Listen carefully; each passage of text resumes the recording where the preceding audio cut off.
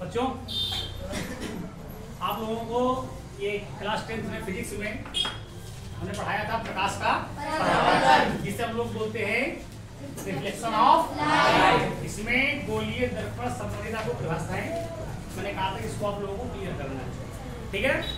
इसमें देखिएगा, ध्यान से देखना बेटा, एक एक चीज आपको क्लियर करवाएंगे। ये बच्चों क्या होता है? कांच का खोखला गोला।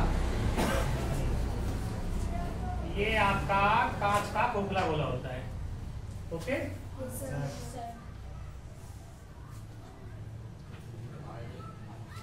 इसे क्या बोलेंगे? कांच का खोखला गोला।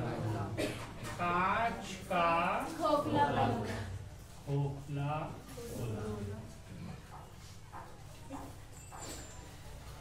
तो सबसे पहली मीटर डेफिनेशन हमारी होगी गोली दर्पण। इससे बोलते हैं स्फेरिकल मिरर। क्या बोलते हैं? Spherical mirror. तो ये होता क्या है? कांच के खोखले गोले से काटकर निकाला गया एक छोटा सा भाग, जिसके एक और कलाई का लेप होता है। ये आपका कांच खोखला गोला है, इससे मैंने इतना भाग काट के निकाल लिया, इसके एक और कलाई का लेप कर दिया, इधर लेप कर दिया, तो जो बनकर ये तैयार हो गया बेटा, इसी का नाम हो गया गोली दर्पण। क्लियर है? Yes sir. कोई दिक्कत? No sir. क्या बोलेंगे आप? कांच के खोखले गोले से काटकर निकाला गया एक छोटा सा भाग, जिसके एक और कलाई का लेप होता है, गोलीय दर्पण कहलाता है, स्फेरिकल मिरर कहलाता है, ठीक है। अब देखिए दूसरी हमारी डेफिनेशन होगी, हमारा क्वेश्चन होगा कि ध्रुव किसे कहते हैं। इसमें ध्रुव क्या होता है आप लोग बोलेंगे। ध्रुव को हम इंग्लिश में बोलते हैं पोल, क्लियर ना? तो पोल क्या होता है? तो गोलीय दर्पण का मध्य बिंदु, गोलीय दर्पण का मध्य बिंदु ध्रुव, क्लियर ना? इसे हम पी से नोट करते हैं, ठीक है। तो गोलीय दर्पण का मध्य बिंदु हमारा ध्रुव कहलाया, इसे हमने पी से नोट किया, ठीक है। या फिर आप कह सकते हैं गोलीय दर्पण के परावर्तक तल के मध्य बिंदु को ध्रुव कहते हैं, इसे पी से प्रदर्शित करते हैं, क्लियर है। इसके बाद आया वक्रता केंद्र,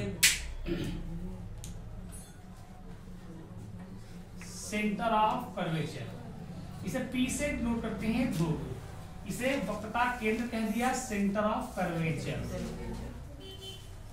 बिल्कुल ध्यान से और तरीके सुनिएगा, ठीक है, बिल्कुल भी शोर मत करना।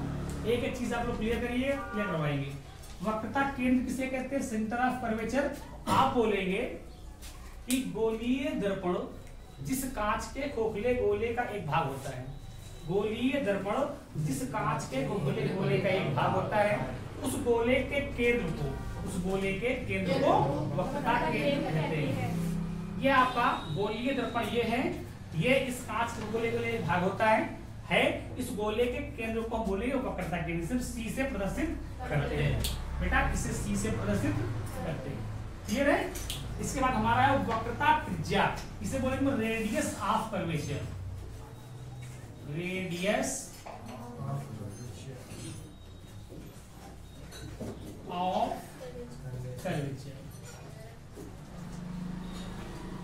ध्यान से देखिए, वक्रता त्रिज्या किसे कहते हैं? क्वेश्चन है कि वक्रता त्रिज्या किसे कहते हैं। ध्यान रखिए बच्चों, ये बोर्ड एग्जाम के लिए बहुत ही इंपॉर्टेंट है टॉपिक, बहुत अच्छे से पढ़िएगा। इसमें एक दो हेडिंग्स ऐसी हैं जो आपको एग्जाम में पूछी जाती है, ठीक है। तो ध्यान से आपको एक चीज देखना है, वक्रता त्रिज्या क्या होता है, रेडियस ऑफ कर्वेचर किसे कहते हैं। आप बोलेंगे गोलीय दर्पण जिस कांच के खोखले गोले का एक भाग होता है, उस गोले की त्रिज्या को देखिए, उस गोले की त्रिज्या को वक्रता त्रिज्या कहते हैं, इसे R से प्रदर्शित करते हैं। यहां से यहां तक दूरी R है, इसे R से प्रदर्शित करते हैं, क्लियर ना। गोलीय दर्पण जिस कांच के खोखले गोले का एक भाग होता है, उस गोले की त्रिज्या को वक्रता त्रिज्या कहते हैं, इसे R से प्रदर्शित करते हैं। यही बोले P से C तक की दूरी, ध्रुव से वक्रता केंद्र के बीच की दूरी को वक्रता त्रिज्या कहते हैं। ठीक है, इसे R से प्रदर्शित करते हैं। ठीक है, CP PC equal R, CP equal R कर सकते हैं, कोई दिक्कत नहीं है। प्रिंसिपल एक्सिस, मुख्य अक्ष, प्रिंसिपल एक्सिस, बेटा मुख्य अक्ष क्या होता है, इसे किसे कहते हैं? तो आप बोलोगे वह रेखा, वह सरल रेखा जो वक्रता केंद्र और ध्रुव से होकर के जाती है। ठीक है, वक्रता केंद्र और ध्रुव से होकर जाने वाली सरल रेखा, जाने वाली सरल रेखा क्या कहलाती है? मुख्य अक्ष कहलाती है। वक्रता केंद्र ये है, वक्रता केंद्र और ध्रुव से होकर जाने वाली सरल रेखा मुख्य अक्ष कहलाती है। हमने इसको एक्सवाइज नोट कर दिया, ध्यान रखिएगा, मैंने इसको एक्सवाइज नोट किया है, एक्सवाइज ध्यान रखिएगा। क्लियर है? कोई क्लियर हो रहा है? yes, बेटा कोई दिक्कत तो नहीं है आपको? अच्छे से यार, वक्रता केंद्र और ध्रुव से होकर जाने वाली सरल रेखा क्या कहलाती है? चलिए अब देखते हैं मुख्य फोकस, इसे बोलेंगे प्रिंसिपल फोकस। क्लियर ना? तो अब ये क्या होता है, बहुत ही बेटा आराम से देखना, एक एक प्रश्न बिल्कुल क्लियर होगा। ये आपका बताइए, ये जो आपकी किरण जा रही है प्रकाश किरण, ये कैसी है? मुख्य अक्ष के समांतर है बेटा, है ना? कोई दिक्कत तो नहीं है? तो मुख्य अक्ष के समांतर चल रही है ना? ठीक है, तो मुख्य अक्ष के समांतर चल रही है, उसको हम लोग क्या डिफाइन करेंगे? अक्ष के समांतर चलने वाली रेखा गोलीय दर्पण से परावर्तित होकर मुख्य अक्ष को जिस निश्चित मुख्य अक्ष के जिस निश्चित बिंदु से होकर जाती है, मुख्य अक्ष के जिस निश्चित बिंदु से होकर जाती है, जिस बिंदु से होकर के जाती है वही बिंदु कहलाता है मुख्य फोकस। कितना कहलाता है? मुख्य फोकस। यानी ये हमारा पॉइंट हुआ, ये कहलाया मुख्य फोकस। मुख्य अक्ष के समांतर चलने वाली प्रकाश किरण गोलीय दर्पण से परावर्तित होकर मुख्य अक्ष को जिस बिंदु पर काटती है वही बिंदु मुख्य फोकस कहलाता है, मुख्य फोकस कहलाता है। इसे कैपिटल एफ से क्लियर है?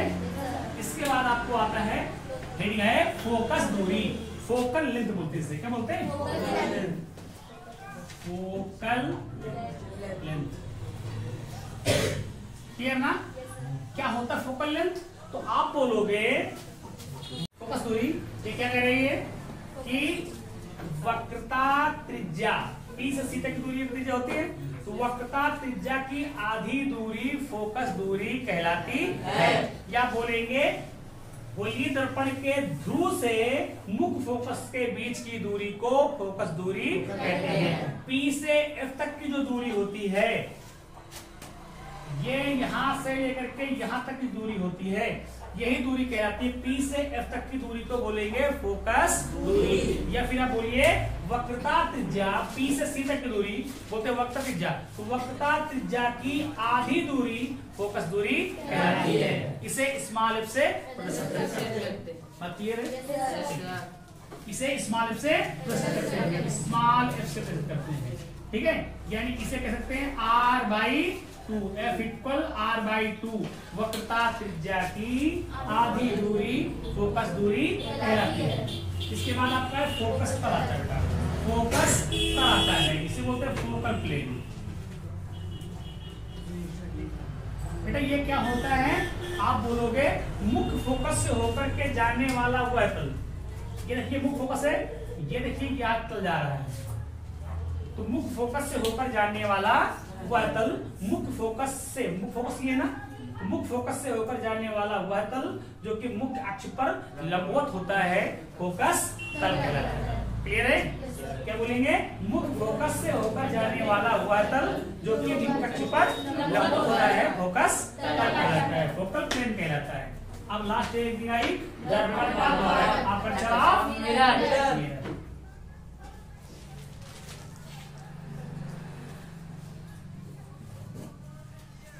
क्लियर ना? दर्पण का द्वारक। ठीक, दर्पण का द्वारक क्या होता है? गोलीय दर्पण के परावर्तक तल, ये ना इसी दर्पण का चिकना तो क्या कहलाता है, उसका परावर्तक तल कहलाता है। क्या कहलाता है? गोलीय दर्पण के परावर्तक तल के व्यास को क्या बोलेंगे? गोलीय दर्पण के परावर्तक तल के व्यास को, गोलीय दर्पण के परावर्तक तल के व्यास को दर्पण का द्वारक कहते हैं। बच्चों बात क्लियर हुई? कि आज गोलीय दर्पण संबंधी आपने परिभाषा देखी। पहली परिभाषा आपकी मिली, गोलीय दर्पण क्या होता है, इसके बाद ध्रुव, इसके बाद वक्रता केंद्र, इसके बाद वक्रता त्रिज्या, मुख्य अक्ष, मुख्य फोकस, फोकस दूरी, फोकस तल और दर्पण द्वारक। एक बार फिर देख लीजिएगा थोड़ा सा स्पीडली। गोलीय दर्पण किसे कहते हैं, आप लोग बोलेंगे नहीं, साफ करेंगे। गोलीय दर्पण किसे कहते हैं, पहले हेडिंग आपकी है। तो गोलीय दर्पण क्या होता है, कांच के खोखले गोले से काटकर निकाला गया एक छोटा सा भाग, कांच के खोखले गोले से काटकर निकाला गया एक छोटा सा भाग, जिसके एक और कलाई का लिप होता है, गोलीय दर्पण कहलाता है। इसके बाद आया ध्रुव, गोलीय दर्पण का मध्य बिंदु, गोलीय दर्पण का मध्य बिंदु ध्रुव कहलाता है। इसके बाद आप लोगों ने जो आपकी तीसरी हेडिंग है, वक्रता केंद्र क्या होता है, गोलीय दर्पण जिस कांच के खोखले गोले का एक भाग होता है, उस गोले के केंद्र को वक्रता केंद्र कहते हैं। इसे सी से प्रदर्शित करते हैं। इसके बाद वक्रता त्रिज्या, रेडियस ऑफ कर्वेचर क्या होता है, गोलीय दर्पण जिस कांच के खोखले गोले का एक भाग होता है, उस गोले की त्रिज्या को वक्रता त्रिज्या कहते हैं। इसे आर से प्रदर्शित करते हैं। इसके बाद आपने देखा मुख्य अक्ष, वक्रता केंद्र और मुख्य फोकस से होकर जाने वाली सरल रेखा मुख्य अक्ष कहलाती है। ठीक है, प्रिंसिपल एक्सिस बोलते हैं इसे। मुख्य फोकस क्या होता है, प्रिंसिपल फोकस। ठीक, तो मुख्य अक्ष के समांतर चलने वाली प्रकाश किरण गोलीय दर्पण से परावर्तित होकर मुख्य अक्ष को जिस बिंदु पर काटती है, वही बिंदु मुख्य फोकस कहलाता है। इसे कैपिटल एफ से प्रदर्शित करते हैं। इसके बाद हमारा आया फोकस दूरी, गोलीय दर्पण के ध्रुव से मुख्य फोकस तक की दूरी को फोकस दूरी कहते हैं। इसे स्मॉल एफ से प्रदर्शित करते हैं। या भी बोलेंगे वक्रता त्रिज्या की आधी दूरी फोकस दूरी कहलाती है, या F बराबर R/2। क्लियर है? फोकस तल, मुख्य फोकस से होकर जाने वाला हुआ तल जो कि मुख्य अक्ष पर लंबवत होता है। ठीक है, वही तल क्या कहलाता है, फोकस तल कहलाता है। अब प्रस्ताव है दर्पण का द्वारक, अपर्चर ऑफ मिरर। क्या बोलेंगे, गोलीय दर्पण के परावर्तक तल के व्यास को दर्पण का द्वारक कहते हैं। तो बच्चों आपको ये कैसा लगा? बहुत अच्छा लगा? बेहतरीन तरीके से इसको आप लोग